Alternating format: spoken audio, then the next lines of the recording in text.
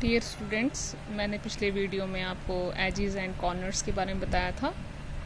तो मैंने आपको बताया था कि कॉर्नर क्या होता है। कॉर्नर एक पॉइंट होता है जहाँ पर लाइन सेगमेंट मीट करता है।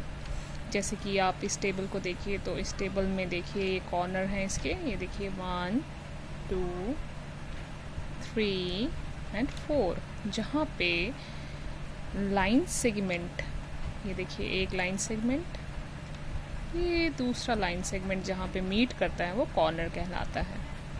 और एजेस के बारे में मैंने आपको बताया था। एज एक ऐसा लाइन सेगमेंट होता है जो बाउंड्री को ज्वाइन करता है ऑन कॉर्नर टू अनदर। जैसे कि यहाँ से लेकर के ये पूरा जो है एक लाइन सेगमेंट है, ये एक एज है। जैसे कि इस टेबल के कितने एज हैं, तो देखिए एक यहाँ से यहाँ तक, दूसरा यहाँ से यहाँ तक, तीसरा यहाँ से यहाँ तक और फोर्थ यहाँ से यहाँ तक। ये जो पूरा पोर्शन है ये एज कहलाता है। तो मैंने आपको पिछले वीडियो में इसके बारे में बताया था, एग्जाम्पल से भी समझाया था। तो अब देखिए यहाँ पे बताया है कि Meeta and her friends were playing a game. Meeta और उसके फ्रेंड्स जो हैं वो एक गेम खेल रहे हैं। Tinku was blind folded. जो टिंकू है उसको ब्लाइंड फोल्ड किया गया है। ब्लाइंड फोल्ड मीन्स उसकी आंखों पे पट्टी बांधी गई है। And asked to keep clapping as long as he wished. और उसको कहा गया है कि आपको क्लैपिंग करनी है जब तक वो चाहे, वाइल द अदर्स तब तक जब तक वो क्लैपिंग करेगा, बाकी जो हैं इस टेबल के राउंड में मूव करेंगे, गोल गोल घूमेंगे।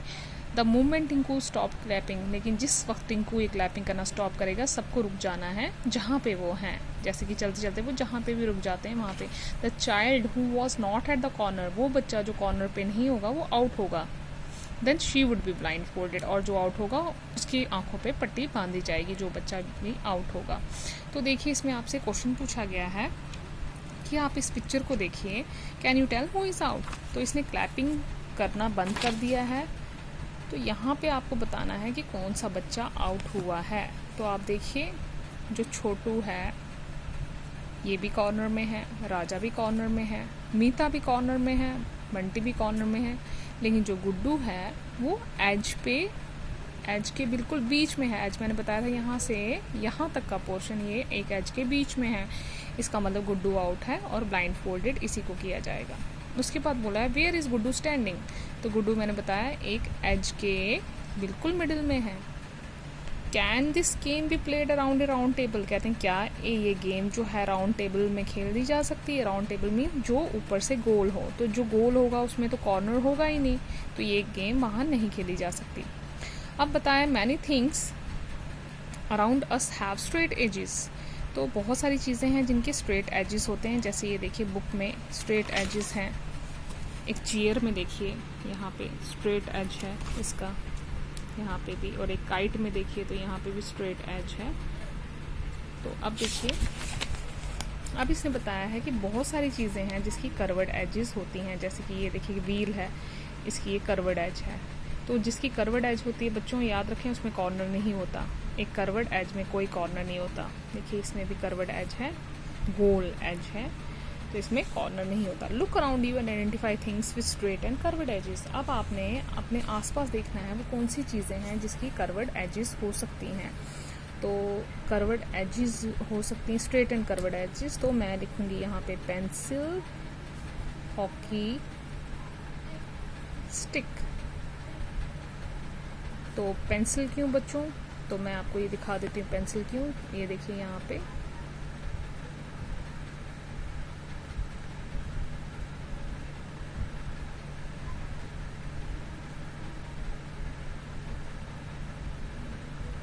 तो जो ये पेंसिल है या पेन है, इसके जो ऊपर का पोर्शन है बच्चों ये गोल होता है। तो मीन्स इसमें स्ट्रेट एज भी आ गया। ये देखिए यहाँ से यहाँ तक ये एज है, हम बोलेंगे स्ट्रेट एज है, और यहाँ से ये जो गोल है ये कर्वर्ड एज है। तो इस पेंसिल में दोनों आ जाते हैं, स्ट्रेट एज भी और कर्वर्ड एज भी। हॉकी स्टिक में आप देखिए तो जो हॉकी स्टिक होती है वो कुछ इस तरह से होती है।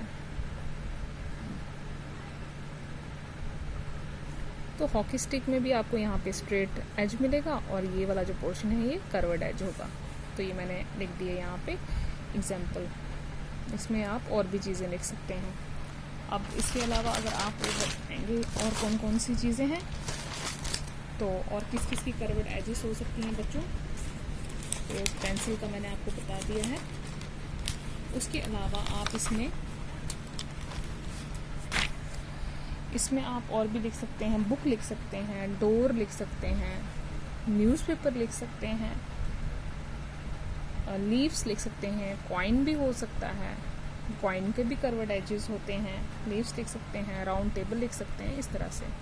Do the things with straight edges और कॉर्नर्स, क्या जिनके स्ट्रेट एज होते हैं उनके कॉर्नर्स होते हैं? तो यहाँ देखिए हमने ये पीछे पढ़ा था, हाँ, जिसके स्ट्रेट एज होते हैं उसके कॉर्नर्स होते हैं।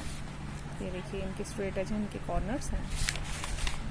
तो बोला है do the things curved edges और कॉर्नर्स, तो जो कर्व्ड एजेस वाला होता है उनके कॉर्नर्स नहीं होते। Try to find things with both curved and straight edges, आपने वो चीज़ें बतानी है जिनकी स्ट्रेट भी एजेस हैं और कर्व्ड भी हैं, जैसे कि मैंने ऊपर बताया आपको पेंसिल और हॉकी स्टिक। इसके अलावा अगर आप बोलेंगे कि जिनकी स्ट्रेट और कर्व्ड एजेस हैं तो उसमें आपका आ जाता है बच्चों, गिटार आ जाता है,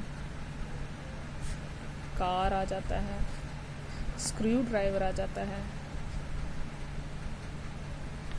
तो ये है, तो आज हम यहीं तक करेंगे।